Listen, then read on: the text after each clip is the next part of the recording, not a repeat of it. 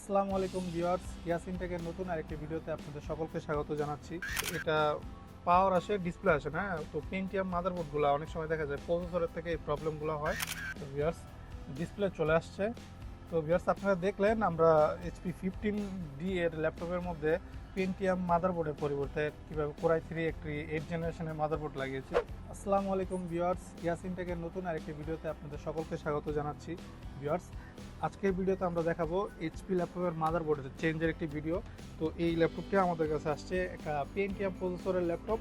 তো এই মাদারবোর্ডটি রিপেয়ার হবে না, এটা প্রসেসরটা নষ্ট হয়ে গেছে। তো আমরা এটার মধ্যে একটা আপডেট জেনারেশনের মাদারবোর্ড এটাতে সেট আপ করবো। তো তার জন্যই আজকের এই ভিডিওটি করা। এটার মডেল হচ্ছে HP 15-DU।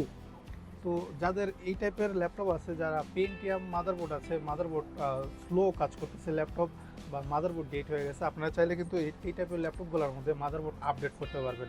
তো এইটার মধ্যে আমরা কোরাই 3 8 জেনারেশনের মাদারবোর্ড কাস্টমারকে লাগিয়ে দিচ্ছি। তো আমরা এটার মধ্যে কী মাদারবোর্ড দিচ্ছি সেই জিনিসটা আপনাদের দেখাচ্ছি। আর যাদের আপনাদের মাদারবোর্ড প্রয়োজন অবশ্যই আমাদের সাথে যোগাযোগ করবেন। ভিডিওতে আমাদের হোয়াটসঅ্যাপ ইমো নাম্বার দেওয়া থাকবে। যারা ল্যাপটপের মাদারবোর্ড নিতে চান অবশ্যই আমাদের কাছে মাদারবোর্ড নিতে পারেন। আমরা ব্র্যান্ড নিউ মাদারবোর্ড সবসময় সেল করে থাকি এবং কোয়ালিটিফুল জিনিস আমরা কাস্টমারদের দিয়ে থাকি। তো আপনাদের দেখাচ্ছি যে আমরা এই ল্যাপটপের মধ্যে কোন মাদারবোর্ডটা সেট আপ করছি এবং এইটার মধ্যে কোন মাদারবোর্ডটা ছিল।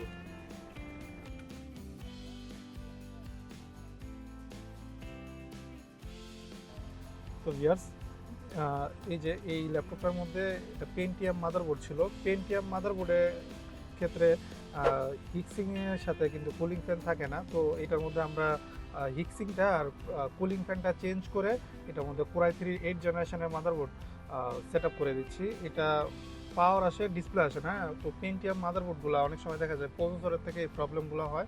তো এই মাদারবোর্ডটা বাদ দিয়ে আমরা এটার মধ্যে একটা কোরাই 3 8 জেনারেশনের মাদারবোর্ড লাগিয়ে দিব।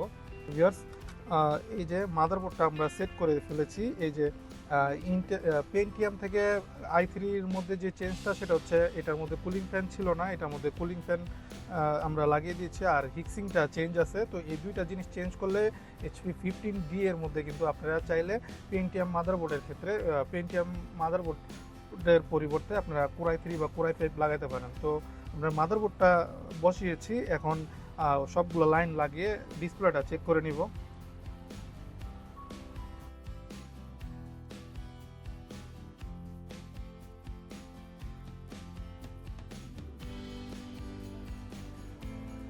তো ভিউয়ার্স, আমরা সবগুলো পার্টস এটার মধ্যে লাগিয়েছি। এবার আমরা একটু পাওয়ারটা দিয়ে চেক করে নিই ডিসপ্লে আসছে কিনা।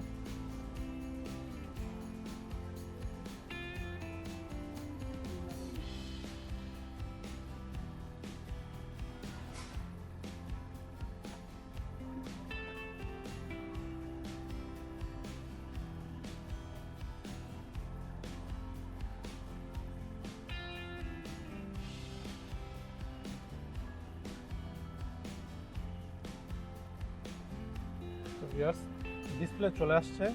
তো ভিউয়ার্স, আপনারা দেখলেন আমরা HP 15D এর ল্যাপটপের মধ্যে পেন্টিয়াম মাদারবোর্ডের পরিবর্তে কীভাবে কোরাই 3 একটি 8 জেনারেশনের মাদারবোর্ড লাগিয়েছি। তো আপনাদের যাদের ল্যাপটপের মাদারবোর্ড নষ্ট হয়ে গেছে চাইলে কিন্তু আমাদের কাছ থেকে মাদারবোর্ড নিতে পারেন।